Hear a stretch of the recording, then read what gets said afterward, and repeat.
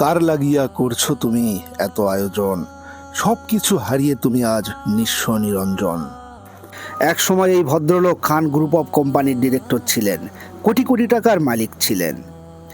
বউ মাইলস্টোন কলেজের বাংলা মিডিয়ামের টিচার, দুইজন কন্যা সন্তান আছে।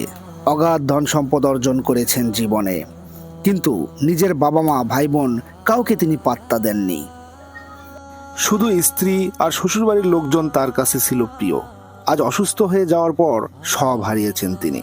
না আছে তার বাড়ি গাড়ি, ব্যাংক ব্যালেন্স, সব কেড়েছেন তার প্রিয়তমা স্ত্রী।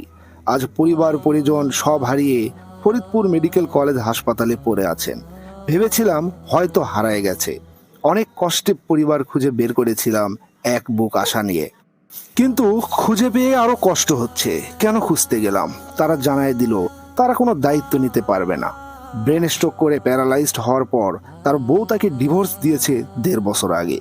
মেয়ে মাইলস্টোন কলেজে লেখাপড়া করে। মেয়েটা আমাকে রিকোয়েস্ট করলো এসব বিষয়ে ঘাটাঘাটি না করার জন্য। এগুলো জানাজানি হলে তাদের ক্যারিয়ার নাকি নষ্ট হয়ে যাবে, তাই তাদের পক্ষে বাবার কাছে আসা সম্ভব না।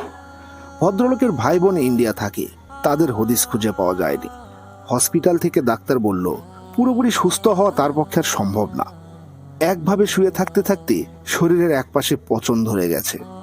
যতটুকু সুস্থ করা যায় চিকিৎসা চলছে ফরিদপুর মেডিকেলের সার্জারি বিভাগে।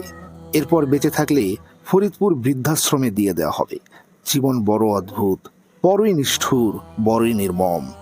কার লাগিয়া করছো তুমি এত আয়োজন, সবকিছু হারিয়ে তুমি আজ নিঃস্ব নিরঞ্জন।